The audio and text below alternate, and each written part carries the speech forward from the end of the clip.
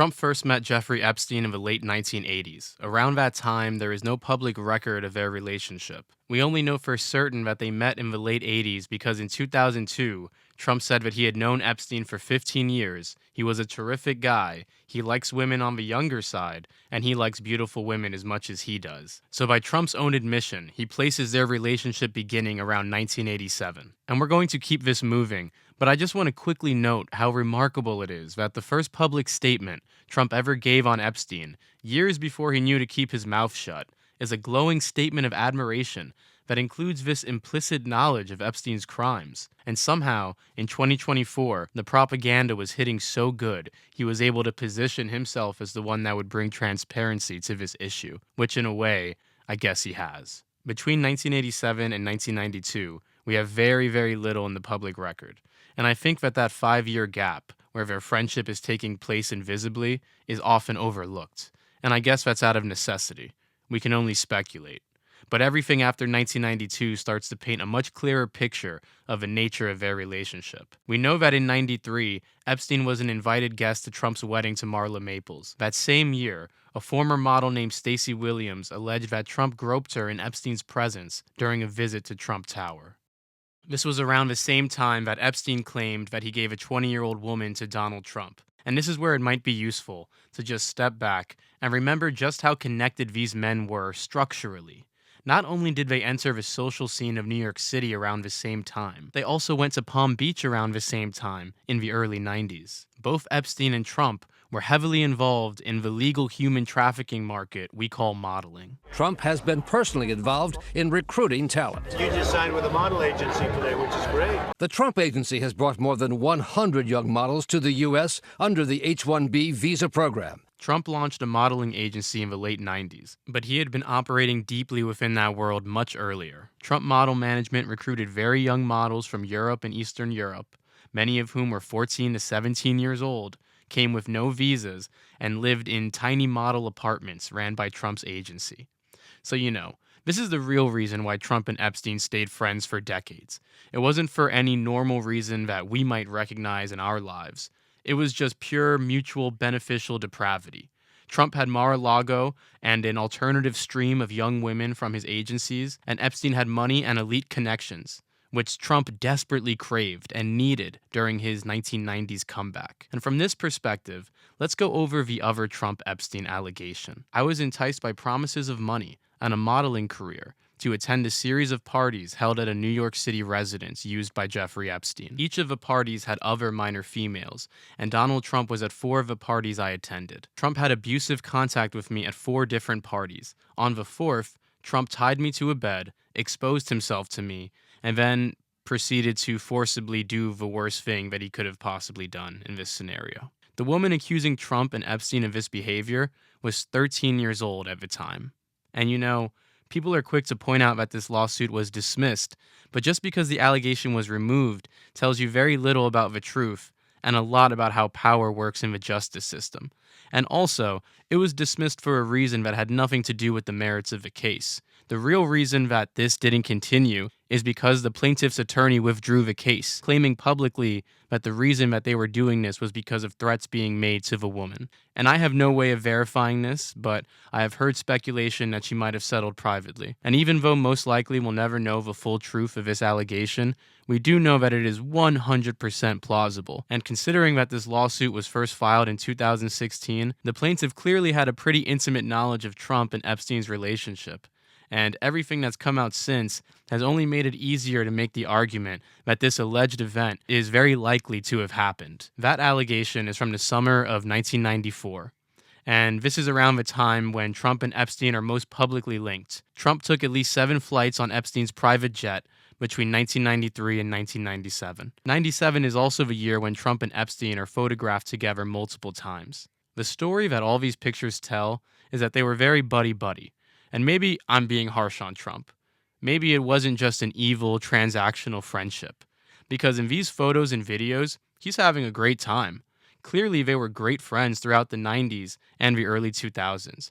That's when Trump seemed to just love Epstein. And it's also a moment, once again, where somehow he felt comfortable enough to admit that the connective tissue in their relationship was their love for young, beautiful women. And quick aside, the email dump showed that years later, Epstein emailed the person who had wrote this article, offering to send them photos of Trump with girls in bikinis. And I'm sure that Trump sees that quote as a mistake now. But at the time, it really goes to show that he saw Epstein not only as a person that he could be close with, but someone who was safe, someone who you could say things like this about, and it wasn't going to come back. That there was a secret to be kept, but that it could be kept safely. And with that said, let's turn to the birthday book. I plan on covering the friends section soon, but here I just want to highlight how much sense that letter Trump wrote Epstein makes when you think of it from this context. Let's read it in its entirety. There must be more to life than having everything. Donald: Yes, there is, but I won't tell you what it is. Jeffrey: Nor will I, since I also know what it is. Donald: We have certain things in common, Jeffrey. Jeffrey: Yes, we do, come to think of it. Donald: Enigmas never age. Have you noticed that? Jeffrey: As a matter of fact, it was clear to me the last time I saw you. Donald: A pal is a wonderful thing. Happy birthday, and may every day be another wonderful secret. And it's also not a coincidence that the joke that Epstein makes about giving a depreciated woman to Donald Trump is exactly about human trafficking pipeline and the psychological toll that it has on someone. There's a very pointed reason why he chose out of everyone in the world to put Trump's name on this check. And also, in between the subtext of all of this, you can sense that Epstein around this time really felt like he had something on Trump, because the figures in the birthday book that get joked on seem to be the figures that Epstein feels were most compromised. The number one person that gets made fun of in this book, not just by Epstein, but by other people as well, just like with the Trump check photo, is Bill Clinton, who might be the most compromised man in American history. In 2000, years before Trump called Epstein terrific, or was delighting in keeping wonderful secrets, a 16-year-old Virginia Giuffre gets a job working as a locker room attendant in Mar-a-Lago. She later testified that it was at Mar-a-Lago in 2000 that Ghislaine Maxwell first recruited her to give Epstein massages. And Trump would love you to believe that this was the reason why his relationship with Epstein soured. But that's completely untrue. It was 4 years later, when Trump outbid him for a foreclosed Palm Beach mansion, that their relationship started to implode. And in these elite circles, when you do something like that, you're supposed to be gracious about your win. But we're talking about Trump, so he publicly bragged about it. And here's where we can speculate quite a lot. Because a lot of people might say, well, if Trump was willing to do this to Epstein, wouldn't that mean that he's not compromised? Which I would just respond with, we're talking about Donald Trump. And the normal rules of compromise, which rely on shame, really don't apply to him. And also, Trump knew better than most that Epstein was going to become toxic very soon. In 2004, the Palm Beach elite were aware of what Epstein was doing. And while the rift caused by the real estate feud was very real, ultimately the reason Trump distances himself from Epstein is because of a criminal investigation. Somewhere in between Trump writing the birthday book entry and Epstein attracting the attention of Palm Beach investigators, Trump started to no longer think that any sort of secret would be safe with Epstein. And Palm Beach is not a big place, especially if you're a billionaire. These are tiny, overlapping circles of people. So there was an intimacy to their relationship, and they both lived in Palm Beach at the time of Epstein being charged. So unlike someone like Bill Clinton or Prince Andrew, this was always in Donald Trump's backyard. He always had an incentive to think about Epstein clearly, because while billionaires don't practice moral judgment, they do practice risk management. And I say all of this for one very specific reason. I want to make it clear that Trump is in no way a moral figure in this story. He fits all the patterns of a guilty Epstein associate. And in some ways, he's one of the most involved people with Epstein out there. He was not one of 1,000.